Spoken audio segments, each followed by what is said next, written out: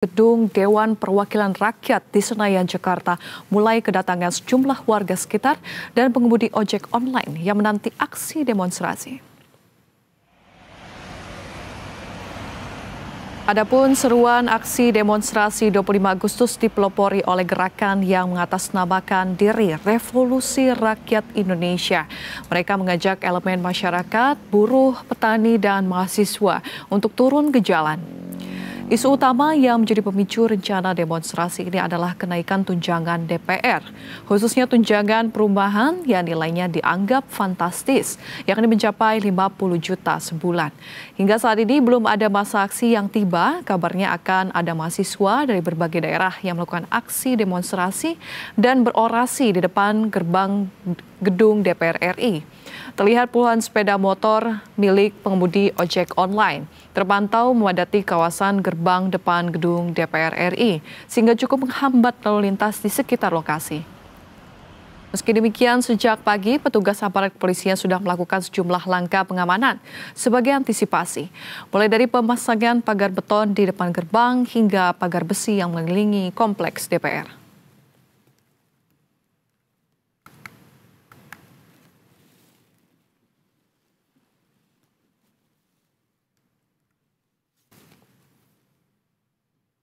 Dan pemirsa, untuk mengetahui kondisi terkini aksi demonstrasi di kawasan gedung DPR RI, sudah ada jurnalis Berita 1 Alvida Rizky dan Hanif Musyafa untuk melaporkan langsung. Kita akan ke laporan Alvida Rizky dan juga juru kamera Indra Bramantio terlebih dahulu. Selamat siang, Alvida. Alvida, bagaimana pengamanan di sekitar DPR? Berapa jumlah personil polisi yang diturunkan menurut pantauan Anda? Selamat siang, Vidi dan juga pemirsa. Kalau dapat kami sampaikan, memang petugas keamanan dari aparat kepolisian ini sudah berjaga-jaga di sekitar lokasi titik di mana aksi demonstrasi dilaksanakan, yakni di depan gerbang gedung DPR RI di Senayan, Jakarta. Dan juga kalau kami pantau memang petugas kepolisian ini sudah berjaga-jaga sejak pagi. Kalau berdasarkan pantauan kami sekitar pukul 8.50 waktu Indonesia Barat tadi ada aktivitas pengamanan yang dilakukan oleh aparat kepolisian, yakni memindahkan pagar beton dari kawasan dalam gerbang gedung DPR RI kemudian dipindahkan ke kawasan depan melindungi pagar besi yang ada di gerbang depan gedung DPR RI. Kemudian juga berdasarkan pantauan kami, pagar-pagar tersebut ada pagar beton yang diluburi oleh oli, begitu juga dengan pagar yang terpasang di sepanjang kompleks DPR RI ini juga diluburi oleh oli, begitu Vini. Dan juga hingga siang hari ini kalau kami pantau memang aparat kepolisian masih terus berjaga-jaga di sekitar lokasi. Kurang lebih ini ada total 1.250 personil aparat kepolisian yang ditugaskan untuk mengamankan di sekitar kawasan DPR RI Senayan pada hari ini. Dan kami lihat juga tadi masih banyak sekali aparat kepolisian yang mondar-mandir berpatroli menggunakan motor kemudian untuk memantau seperti apa situasi di kawasan depan gerbang gedung DPR RI ini. Kemudian juga sekitar pukul 10.30 tadi kalau dapat kami sampaikan, ini aparat kepolisian mulai melakukan rekayasa lalu lintas yang juga saat ini masih dilakukan, yang mana rekayasa lalu lintas ini kalau kami pantau di sekitar depan gerbang gedung DPR RI ini dimulai dari kolong Senayan yang ada di sebelah kanan saya, kemudian juga diamankan sampai dengan depan gedung Kementerian Lingkungan Hidup yang ada di sebelah kiri saya. Dan berdasarkan pantauan kami juga saat ini petugas kepolisian masih terus berjaga-jaga mengamankan nantinya jelang aksi demonstrasi yang akan dilakukan pada hari ini. Vini. Iya, Alvida. Ada setidaknya 1.500 personil kepolisian yang menjaga keamanan di sekitar sana. Namun menurut pantauan Anda di sana, sebetulnya keramaian yang sudah terlihat di belakang Anda ini sudah mulai terlihat dari pukul berapa, Alvida? Dan juga apakah kegiatan di dalam gedung DPR ini berjalan dengan normal?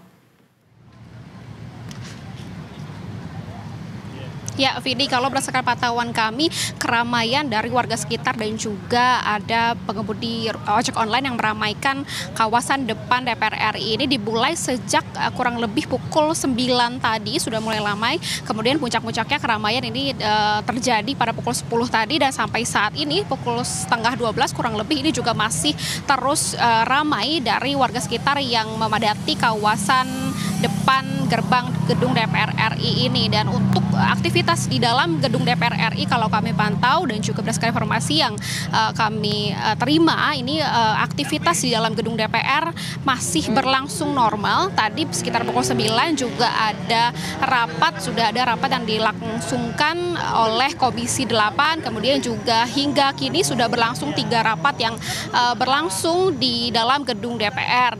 Kemudian juga pukul 1 nanti juga masih akan ada rapat yang berlangsung di gedung DPR RI. Namun kalau berdasarkan informasi yang kami terima, memang sejauh ini belum ada tanggapan atau komentar dari anggota DPR RI mengenai demonstrasi yang berlangsung pada hari ini. Vini. Iya, baik Alvida, terima kasih atas laporannya. Kami nantikan info terbaru berikutnya dan jaga keselamatan di sana. Sekarang kita akan beralih ke Hanif dan juga juru kamera Gilang Rahmat yang juga berada di kawasan gedung DPR RI. Hanif, bagaimana situasi lalu lintas di sepanjang Jalan Gatot Subroto saat ini, Hanif?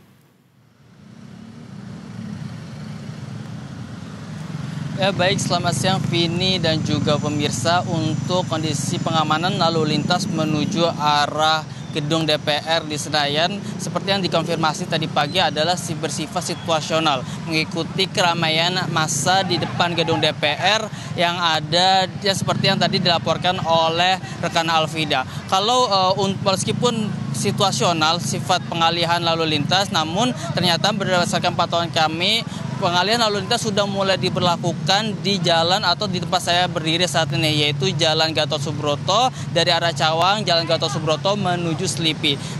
Pengendara atau kendaraan yang menuju Selipi di Jalan Gatot Subroto ini dialihkan menuju ke Jalan Gerbang Pemuda ke arah Palmerah ataupun menaiki flyover ke arah Semanggi.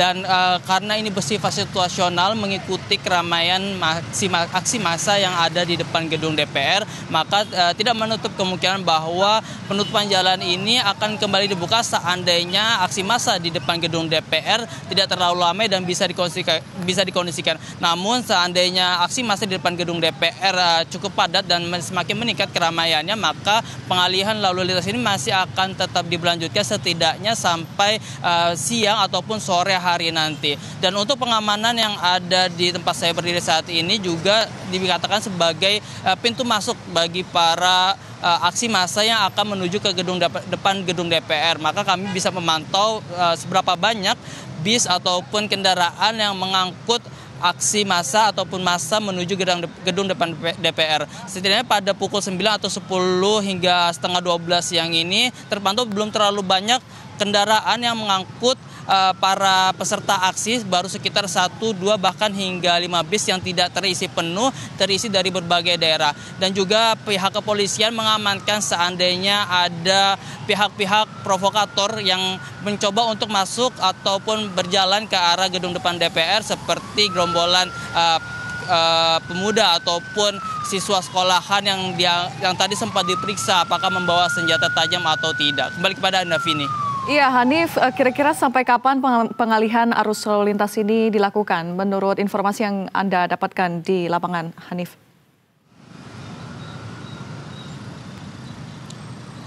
Ya, Vini, karena memang semenjak tadi pagi pengalihan lalu lintas ini bersifat situasional, maka pengalihan lalu lintas ini bisa saja dibuka seandainya kondisi keramaian di depan gedung DPR bisa dikondisikan ataupun tidak terlalu ramai ketika nanti pukul jam 12 siang, 1 ataupun jam 2 siang. Namun seandainya kondisi di depan gedung DPR tempat rekan Alvida tadi melaporkan cukup ramai, maka pengalihan lalu lintas ini masih akan dilanjutkan setidaknya hingga sore hari nanti.